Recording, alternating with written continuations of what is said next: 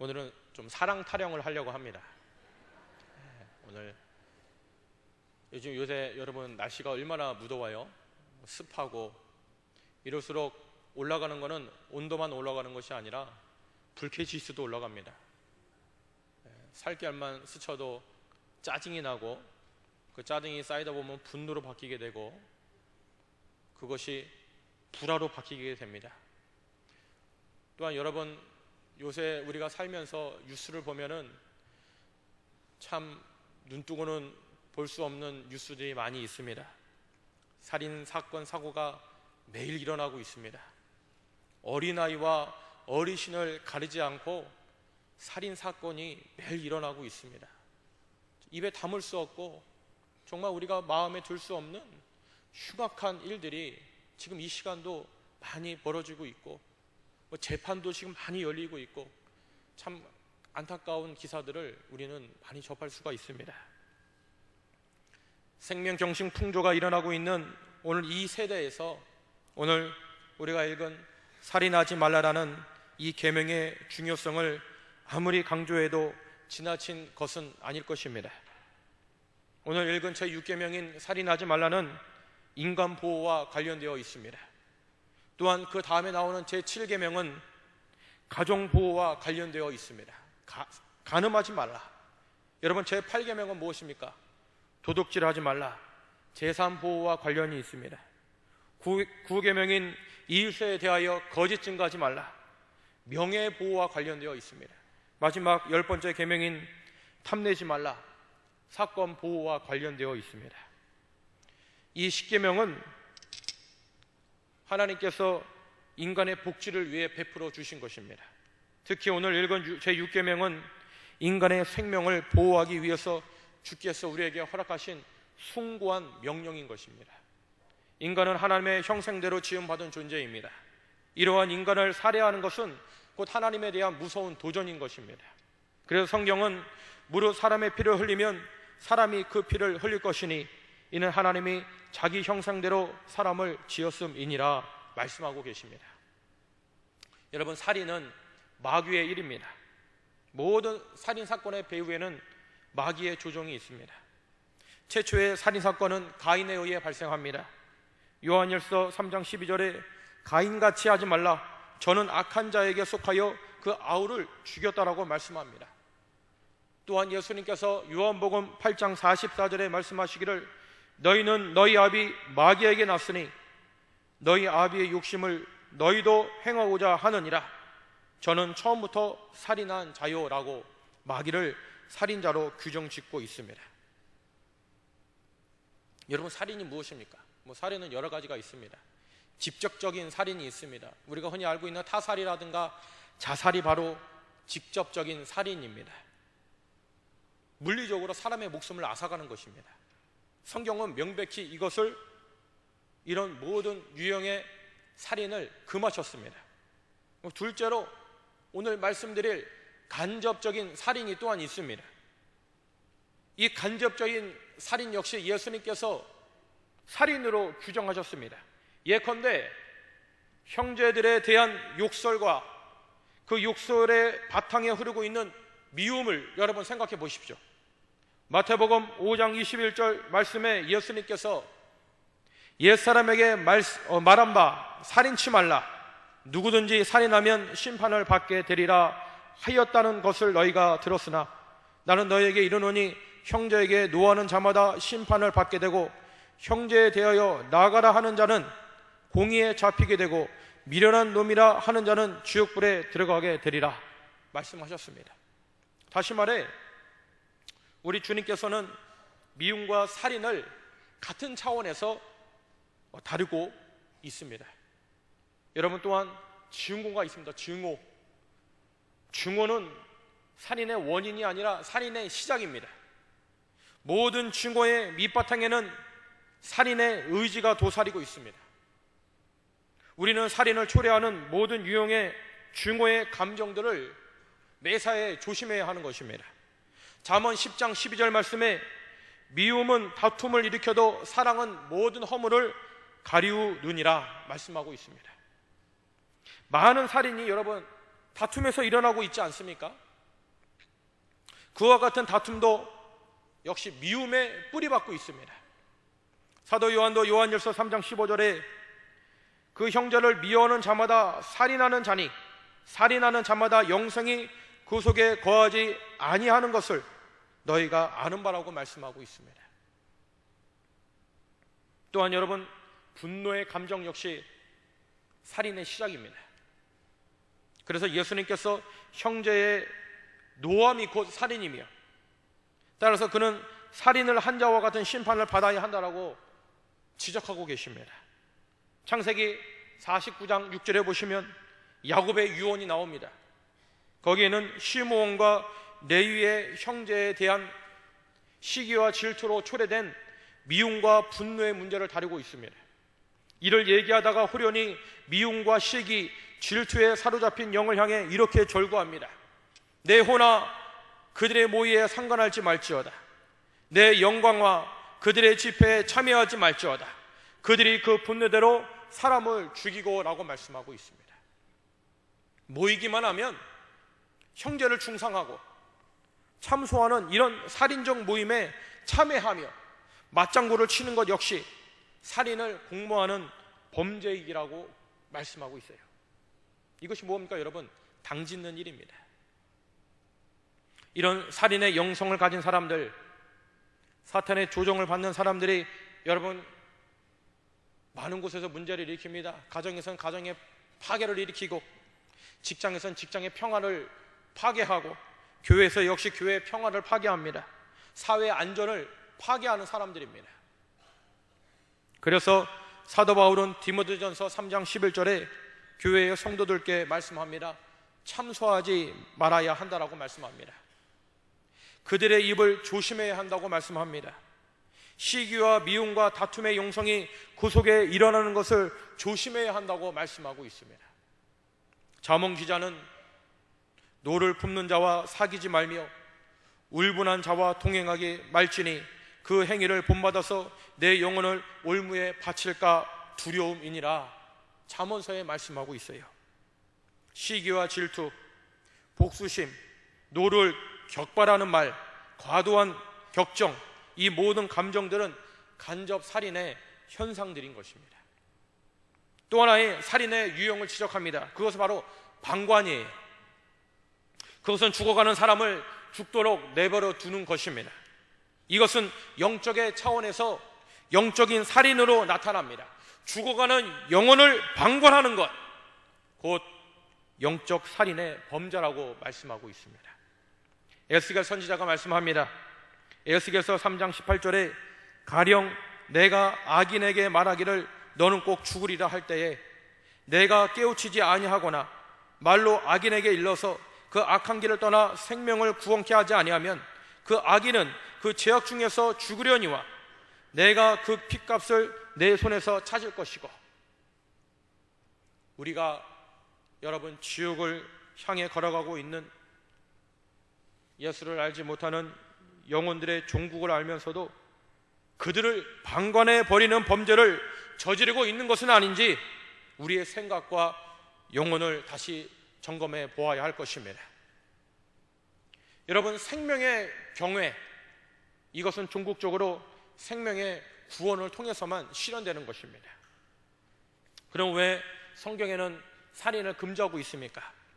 무엇보다 살인을 금지하신 것은 곧 이것은 하나님의 명령이기 때문입니다. 하나님의 절대적인 명령이기 때문입니다. 이 명령에도 불구하고 우리가 살인하고 있다면 이것은 하나님에 대한 무서운 도전인 것입니다. 잠언서 14장 30절 말씀에 이렇게 말씀하고 있어요. 마음의 화평은 육신의 생명이나 시기는 뼈의 썩음이니라. 시기하면 우리의 인격은 서서히 허물어져 갑니다. 살인의 감정들인 광기, 시기나 미움들이 서서히 자기 자신을 몰락합니다. 나의 영혼을 침류시키고 인격을 파멸시키고 종래에는 나의 건강, 목숨마저도 빼앗아 가고 마는 것이에요. 이렇게 이 살인에 대해서 말하고 있지만 이런 마음을 가진 사람들 또한 불쌍한 사람들입니다. 요새 여러분 유명한 게 뭐예요? 학교 폭력이 정말 무섭습니다. 이 학교 폭력의 그 원인을 찾아보면은 대부분 가정 불화로 인하여 그 자녀가 영향을 받습니다. 그 가정의 그 아버지의 폭력과 어머니의 외도 이런 것들로 인하여 가정이 파괴되면은 그 상처를 자녀들이 고스란히 물려받습니다. 그러면 그 아이가 똑같이 밖에 나가서 폭력을 저지르게 되고, 그러면 그 아이가 커서 폭력을 저지르지 않느냐? 군대에 가서 폭력을 또 저지르게 됩니다. 총으로 쏴버리고 막. 거기서 끝나는 것이 아닙니다. 사회에 나가 직장에 가서 직장에서 폭력을 또 일으키게 됩니다. 그리고 그 아이는 결혼해서 그 가정을 또 파괴하게 되고, 이 폭력은 유전적으로 계속 이어져 내려갑니다. 어떻게 보면 그 아이도 살인자의 영성을 가졌지만 안타까운 것은 그런 마음을 준, 그것을 보호하지 못한 많은 사람들의 책임도 있는 것입니다. 그리고 어떤 사람들은 종래 자살이라는 극단적인 방법을 택하기도 합니다. 이런 범죄에 떨어지면은 하나님을 사랑하지 못하게 됩니다. 여러분, 살인을 극복하는 방법이 있습니다. 첫 번째, 미움을 죄로 인정하고 그 죄를 고백하는 것입니다. 내가 저 사람에게 어떤 손해를 입혔느냐, 저 사람으로 말미암아 내가 얼마나 상처를 받았느냐 따지기에 앞서서 내 속에서 일어나고 있는 미움의 감정, 그 살인의 영성을 처리하지 못하고 누군가를 미워하는 것은 분명히 범죄를 자행하고 있는 것입니다. 하나님의 형상대로 지음받은 인간을 거절하였던 미움의 죄를, 사랑하지 못한 죄를 여러분 자백하시기를 바랍니다. 여러분 마음속에 미워하거나 싫어했던 분은 없으십니까? 왜 없겠어요? 저도 있는데. 성경은 그 사람을 원수라 말합니다. 우리는 우리가 사는 이 현실을 도피해서는 안 되는 것입니다. 내가 미워하는 사람이 있다고 그 사실을 인정하고 거기서부터 우리는 출발을 해야 하는 것이에요. 이 시간 지금부터 출발을 해야 하는 것입니다. 그리고 어떻게 사랑을 할 것인가 모색을 해야 하는 것입니다. 기독교는 원수의 존재를 일단 인정하고 사랑을 모색합니다. 있을 것을 없는 것처럼 가정하지 말아야 하는 것이에요. 우리 속에 일어나고 있는 모든 인간의 감정과 그리고 우리 속에서 일어나고 있는 하나님 말씀에 대한 불순종의 범죄와 자기 자신의 모습을 성경은 그대로 조명하고 있습니다. 미움은 죄입니다. 그것을 여러분 먼저 인정하시고 하나님 앞에, 지성소 앞에 거룩하게 나오시길 바랍니다. 그것을 죄라고 고백하시길 바랍니다. 요한일서 1장 9절 말씀에 만일 우리가 우리의 죄를 자백하면 저는 미쁘시고 의로우사 우리의 죄를 사하시며 모든 불의에서 우리를 깨끗하게 하신다라고 말씀하고 있습니다. 둘째로, 인간관계 속에서 여러분 화목을 유지하시길 바랍니다. 주님께서는 할 수 있거든 모든 사랑과 평화라고 말씀하십니다. 마태복음 5장 24절에 주님은 예물을 제단 앞에 두고 먼저 가서 형제와 화목하고, 그게 뭐예요? 형제와 화해하거나 용서하고 그 위에 예물을 드리라고 말씀하고 있습니다. 그리스도인으로서 그리스도인다운 삶의 특성이 우리 어디에 있습니까? 요한복음 13장 34절 말씀에 새 계명을 너에게 주노니 서로 사랑하라. 내가 너희를 사랑한 것 같이 너희도 서로 사랑하라. 너희가 서로 사랑하면 이로써 모든 사람이 너희가 내 제자인 줄 알리라 말씀하고 있습니다. 그리스도의 제자인 우리 성도들의 특성은 바로 사랑인 것입니다. 불신자들은요, 우리 예배를 보고 감동받지 않습니다. 우리 예배에 와서 감동받지 않습니다. 그러나 우리가 그들을 감동시킬 수 있는 것은, 우리가 하나님의 자녀임을 드러낼 수가 있는 것은 우리가 사랑할 때, 특히 내가 좋아하는 사람을 사랑하기보다는 사랑할 수 없는 사람을 사랑할 때 나타나는 것입니다. 하나님을 사랑하는 나와 하나님과의 관계, 그것은 나와 다른 사람과의 관계에서 동떨어진 두 개의 분리된 관계가 결코 아닙니다. 이 두 관계는 하나로 통합니다. 즉 무슨 말씀입니까? 하나님을 사랑하는 사람이 사람을 사랑할 수 있고, 사람을 사랑하는 사람만이 하나님을 사랑할 수가 있기 때문입니다. 눈에 보이는 구체적인 사람도 사랑할 수 없다면 어떻게 보이지 않는 하나님을 우리가 사랑한다고 말할 수가 있겠습니까? 그것은 거짓인 것입니다. 내가 하나님의 사랑을 알았다면, 나를 향하신 하나님의 무조건적인 긍휼과 사랑을 체험했다면, 나도 내 주변에 나의 사랑을 요구하고 있는 사람들을 사랑해야 하는 것이에요. 또한 여러분, 마귀를 대적하시길 바랍니다.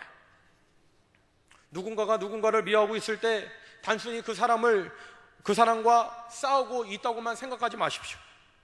그 사람은 더 무서운 사람과 더 무서운 대상과 싸우고 있는 것입니다. 먼저 나는 내 자신과 싸우고 있는 것이지만, 한 걸음 더 나아가면 내 속에 있는 인간의 연약함과 부패성을 통해 나를 지배하고 나를 다스리며 파괴하고 나를 붕괴시키려는 사탄과 나는 대결하고 있는 것입니다. 내가 미워하고 있을 때 실상은 그 사람과 나 사이의 문제가 아니라, 나는 증오의 영성을 가지고 나를 지배하려는 마귀 사탄과 정면으로 대결하고 있다는 사실을 여러분 깨달으시기를 바랍니다. 우리는 이 싸움에서 날마다 승리를 해야 하는 것입니다. 여러분, 주위에 싫어하는 사람이 있습니다. 때로는 그것이 남편이 될 수가 있고, 아내가 될 수가 있고, 가족이 될 수가 있고, 자녀가 될 수가 있습니다. 그러나 여러분, 그 사람들을 미워하지 마시고 예수의 사랑으로 감싸 보시기를 바랍니다. 마귀를 대적하라, 그리하면 너희를 피하리라 말씀합니다. 우리가 항상 삶 속에서 살면서 미워하는 감정이 들 때, 그것은 단순한 것이 아니라 마귀와 싸우고 있는 영적 전쟁을, 영적 시험을 직면하고 있다는 사실을 잊지 마시기를 바랍니다. 넷째로, 우리는 하나님의 사랑을 깊이 묵상해야 하는 것입니다.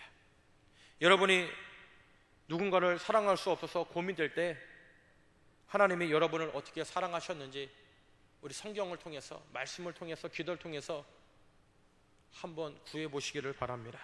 성경은 인간을 머리부터 발끝까지 상한 것이 없는 존재, 전적으로 부패한 존재라고 말씀하고 있습니다. 그럼에도 불구하고 나를 사랑하시는 하나님, 이 무조건적인 하나님의 놀라운 사랑과 긍휼을 내가 입어서 주님의 사랑하는 대상이 되었다면, 나도 잘못하고 있는 사람도 사랑해야 할 의무가 있는 것입니다. 주께서 나에게 사랑을 베푸셨는데 그 사랑이 나를 통해서 더 이상 흘러나가지 못한다면, 과연 우리는 진실로 주님의 사랑을 참으로 알고 있는 것인지 한번 여러분 생각해 보시기를 바랍니다. 여러분을 통해서 주님의 사랑이 여러분 가족들과 여러분들이 거처하고 있는 삶의 자리에서 널리 퍼질 수 있는 저와 여러분 되시기를 주의 이름으로 축원드리겠습니다. 그래서 사도 바울이 얘기합니다. 그가 하나님의 사랑을 알았을 때, 사도 바울이 하나님의 사랑을 알았을 때 로마서 5장 5절에 성령으로 말미암아 하나님의 사랑이 우리 마음에 부은 바 됨이니 말씀합니다.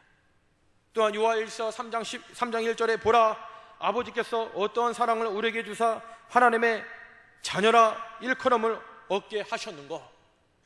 이 로마서 5장 5절과 요한일서 3장 1절의 말 속에 나타난 하나님의 사랑을 여러분 한번 생각해 보시기를 바랍니다. 그리고 마지막으로 하나님의 사랑을 결심하시고 실천하시기를 바랍니다. 레위기 19장 17절에 너는 내 형제를 마음으로 미워하지 말며 이웃을 인하여 죄를 당치 않도록 그를 반드시 책선하라. 원수를 갚지 말며 동포를 원망하지 말며 이웃 사랑하기를 내 몸과 같이 하라. 나는 야훼니라 말씀하였습니다. 여러분, 쉽지 않습니다. 사랑하는 것이 쉽지 않습니다. 미워하지 않으려고 애쓰지 말고 더 나아가 사랑하려고 노력하는 저와 여러분 되시길 바랍니다. 사랑이 무엇입니까? 많은 사람들이 나는 사랑하기를 원하지만 사랑할 수가 없습니다 라고 말합니다. 이런 사람들의 사고에는 사랑을 단순한 하나의 감정이나 느낌으로만 이해하려고 합니다. 그러나 여러분, 성경에는요, 이 사랑의 본질을, 특성을 결단으로 말씀하고 있습니다. 사랑은 자연스러운 것이 아니라 강제적인 것입니다. 성경에서 말씀하고 있는 사랑은 내 자연스러운 인간의 감정이 아니라 결단해야 하는 강제적인 것이라고 말씀하고 있습니다. 사랑은 사랑하기로 결단하는 순간부터 비로소 아가페 사랑이 되는 것입니다. 사랑은 행동이며 사랑할 수 없는 사람을 사랑하는 것이 사랑이라고 말씀하고 있습니다.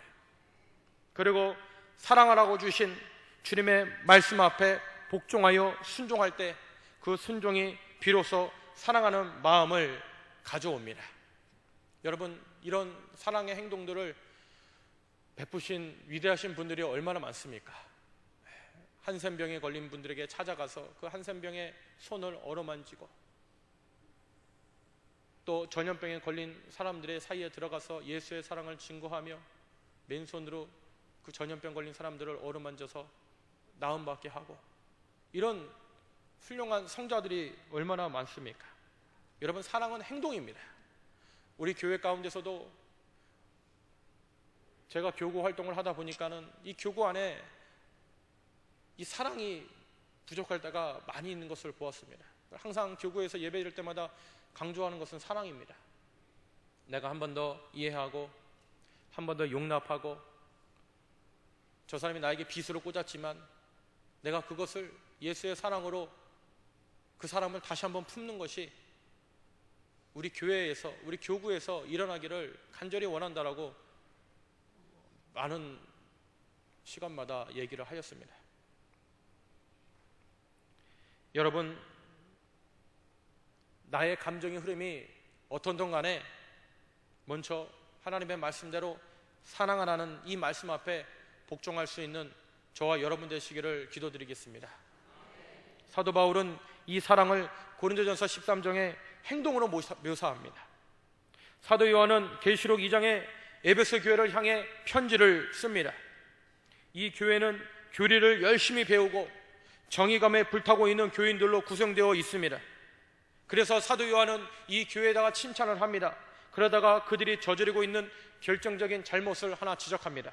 그것은 계시록 2장 4절에 나와 있는 그러나 너를 책망할 것이 있나니 너희 처음 사랑을 버렸느니라. 사랑이 없는 그들을 책망하였습니다.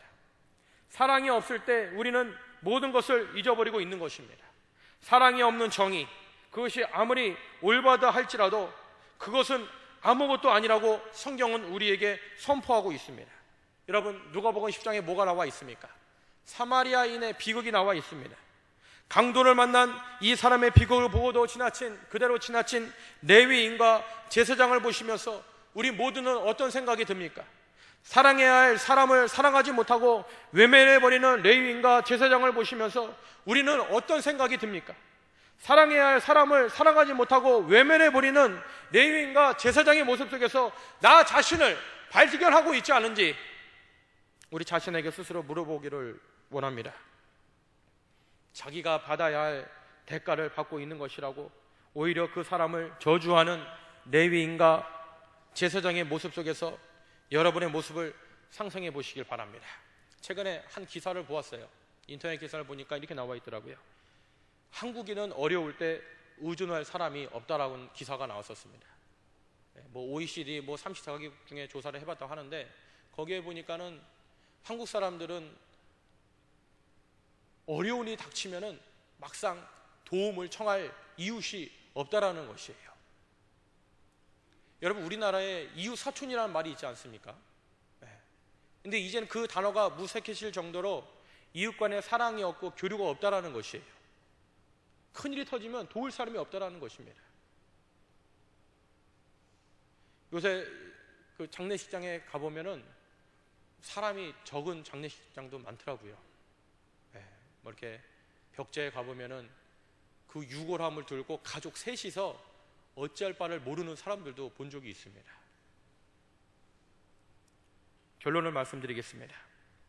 오늘 우리는 이 사랑이 없는 시대 속에 살고 있습니다. 불행한 사실은 이 사랑이 없는 세대의 비극을 우리 그리스도인들조차 본받고 있다는 것이에요. 호세아서 4장에 호세아 선지자는 사랑이 없는 세대의 비극을 묘사하고 있습니다. 이스라엘 자손들아, 야훼의 말씀을 들으라.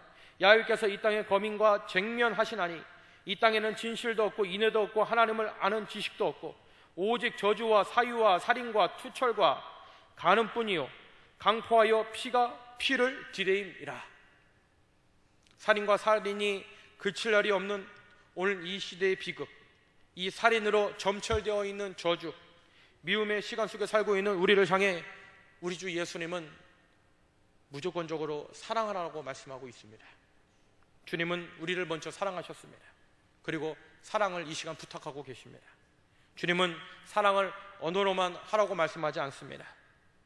그리고 우리에게 부탁하십니다. 사랑하라고. 이 사랑은 주님께서 우리에게 주신 새로운 계명인 것입니다. 우리 같이 요한일서 4장 7절 8절을 다 같이 읽어보겠습니다. 요한일서 4장 7절 8절 말씀이 되겠습니다. 사랑하는 자들아, 우리가 서로 사랑하자. 사랑은 하나님께 속한 것이니 사랑하는 자마다 하나님으로부터 나서 하나님을 알고 사랑하지 않는 자는 하나님을 알지 못하나니 이는 하나님을 사랑이심이라.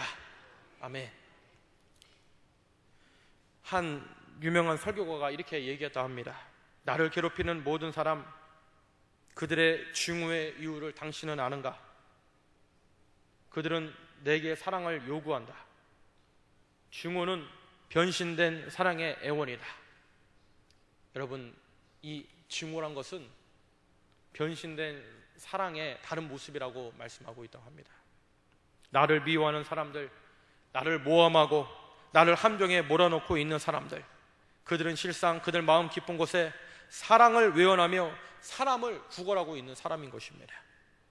여러분, 기독교인을 박해하고 있던 무섭고 끔찍한 상황 속에서 한 성도가 순교를 하면서 이렇게 말했다고 합니다. 나를 저주하십시오. 당신은 나를 저주하면 할수록 나는 더욱 당신을 사랑할 것입니다. 내게 침을 뱉어 보십시오. 그러면 나는 당신에게 사랑의 숨결을 뿜어낼 것입니다. 나를 구타하십시오. 나는 신음소리로 사랑을 고백할 것입니다. 나를 찌르십시오. 나는 사랑한다고 절규할 것입니다. 나를 짐승의 먹이로 던지십시오. 나는 사랑의 제물이 될 것입니다. 나를 불태우십시오. 그러면 나는 사랑의 열기로 당신의 증오의 가슴을 녹일 것입니다. 여러분, 사랑할 때 우리는 비로소 용서를 알 수가 있습니다. 사랑할 때 우리는 비로소 남을 이해할 수가 있는 것입니다. 사랑할 때 비로소 우리는 참으로 하나님을 알 수가 있는 것입니다. 사랑할 때 비로소 우리는 예수님을 닮아갈 수가 있는 것입니다. 오늘 이 계명이 사랑할 때만 우리가 순종할 수 있는 계명인 것입니다. 사랑하지 말지니라. 이 계명은 사랑의 주님을 영접할 때만 실천할 수가 있는 계명인 것입니다. 여러분, 우리는 다 예수님을 만났습니다. 나를 큰 사랑으로 사랑하셔서 너무 사랑하신 나머지 그 독생자 예수 그리스도를 십자가에서 못 박아 나를 향한 사랑을 확증하신 예수님을 우리는 모두 다 만났습니다. 이 사랑, 하나님의 사랑을 경험한 사람만이 우리가 세상을 향해 주의 사랑을 펼칠 수가 있는 것입니다. 그리고 오늘 말씀대로 살인하지가 않을 수가 있는 것입니다. 항상 이 말씀을 여러분 마음속에 깊이 새기셔서 여러분 마음속에 생겨나는 미움과 질투와 시기와 극단적인 생각이 날 때마다 예수 이름으로 내어 쫓으시고 예수 이름 가운데 많은 사랑과 주님의 복음을 땅끝까지 증거하시는 저와 여러분 되시기를 주의 이름으로 축원드리겠습니다.